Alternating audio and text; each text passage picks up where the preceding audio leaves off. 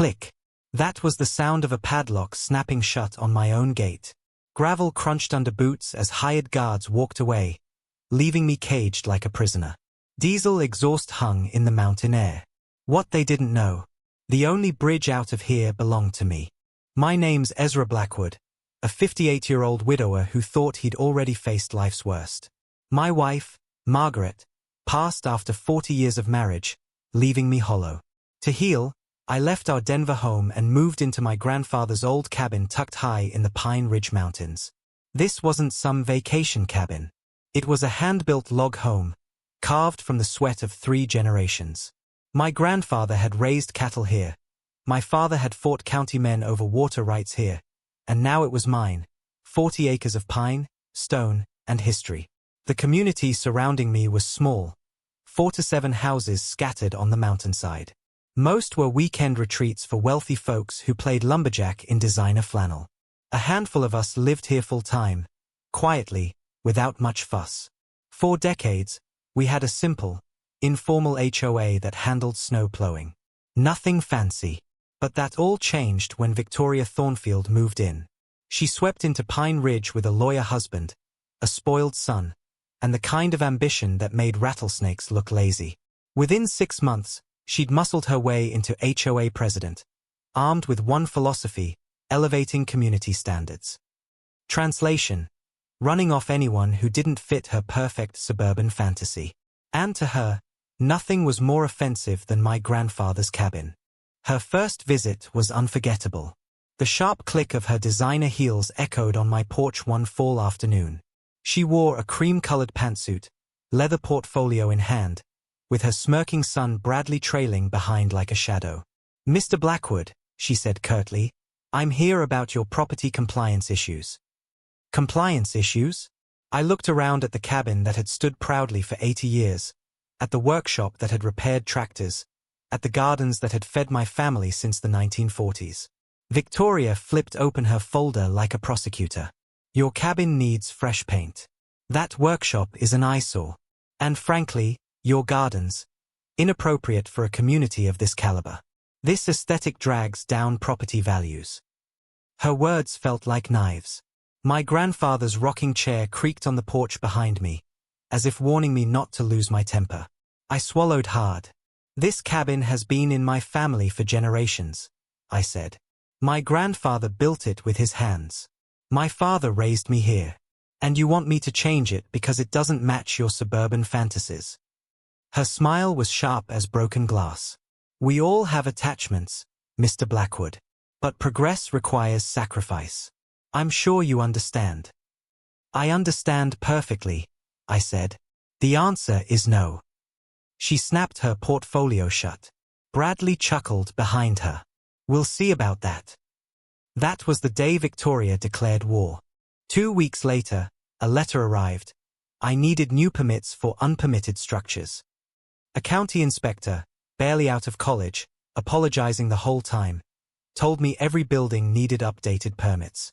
$3,200. That's what it cost me to legalize barns and sheds that had stood longer than Victoria had been alive. That was her first shot across the bow. Next came the survey stunt. One frosty morning, I heard equipment buzzing outside. Victoria's brother-in-law was resurveying community property. His instruments claimed my land suddenly shrank by 20 feet. By nightfall, crews were pounding posts into the frozen ground, erecting an 8-foot privacy fence 15 feet inside my boundary line. The fence cut off my family's old hiking trail and blocked the morning sun from my workshop. Every thunk of a post into the soil felt like a stab at Margaret's memory.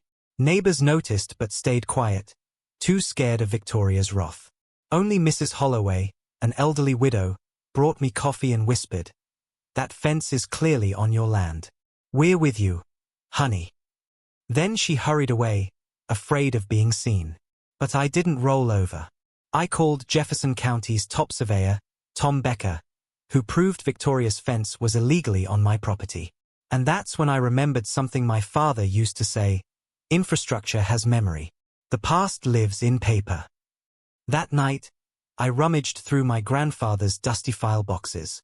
Among old mining claims and yellowed maps, I found it, a legal easement for bridge and road maintenance dated 1943. The bridge. The only road in and out of Pine Ridge Estates. And it belonged to me. Victoria didn't know it yet, but the power balance had shifted. She doubled down, escalating her harassment. First, my mailbox. She ordered me to replace my handmade oak mailbox with an approved plastic one from her son Bradley's landscaping company, priced at $340 for something worth $40. Instead, I built the most ornate, regulation-perfect mailbox this side of the Smithsonian. Carved mountain scenes, bronze hardware, cedar finish. It met every requirement and cost me $30. Victoria fumed, claiming wood wasn't professional enough. Next, my garbage service mysteriously stopped. The truck skipped me every week, forcing me to haul trash to a far-off dumpster. Pete, the driver, quietly admitted, "Lady called my boss, threatened the contract.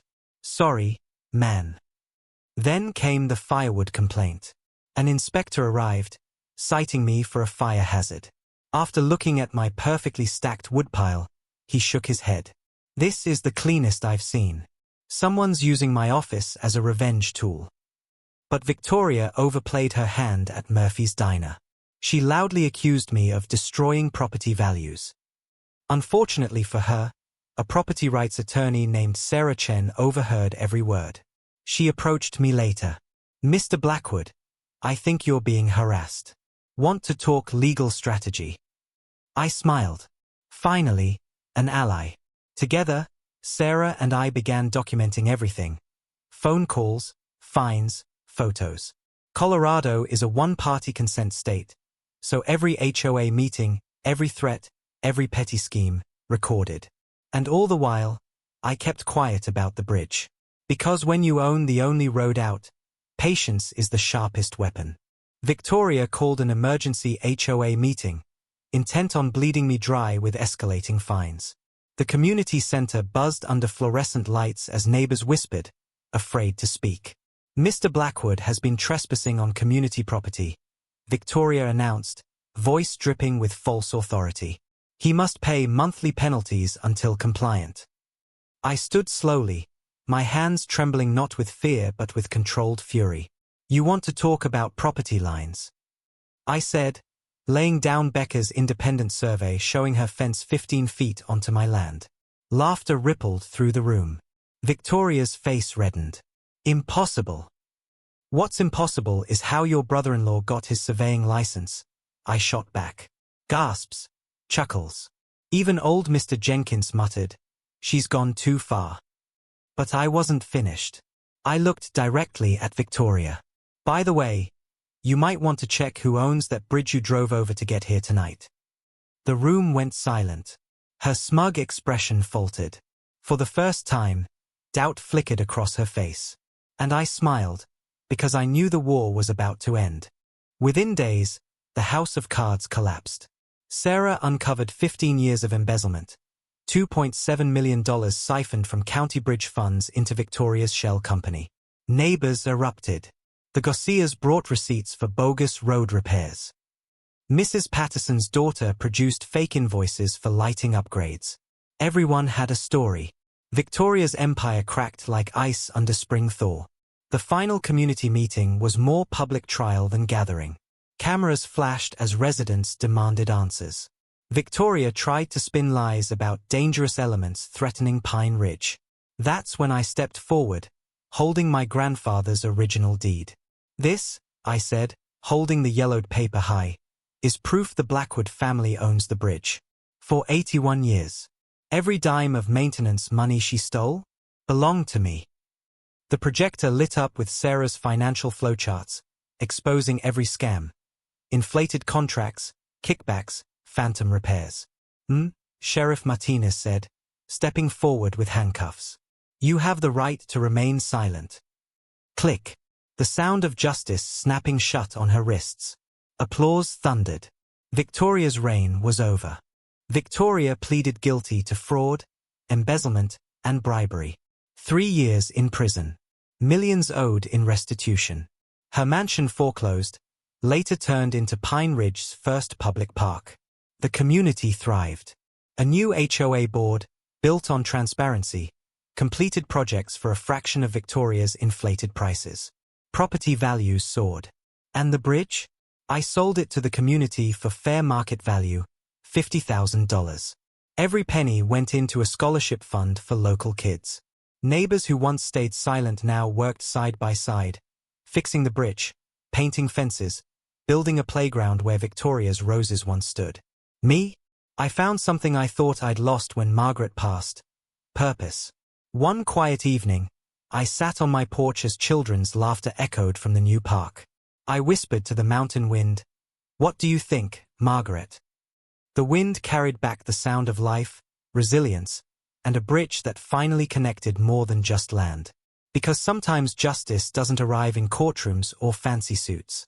Sometimes justice wears work boots and carries a deed older than your enemy's lies.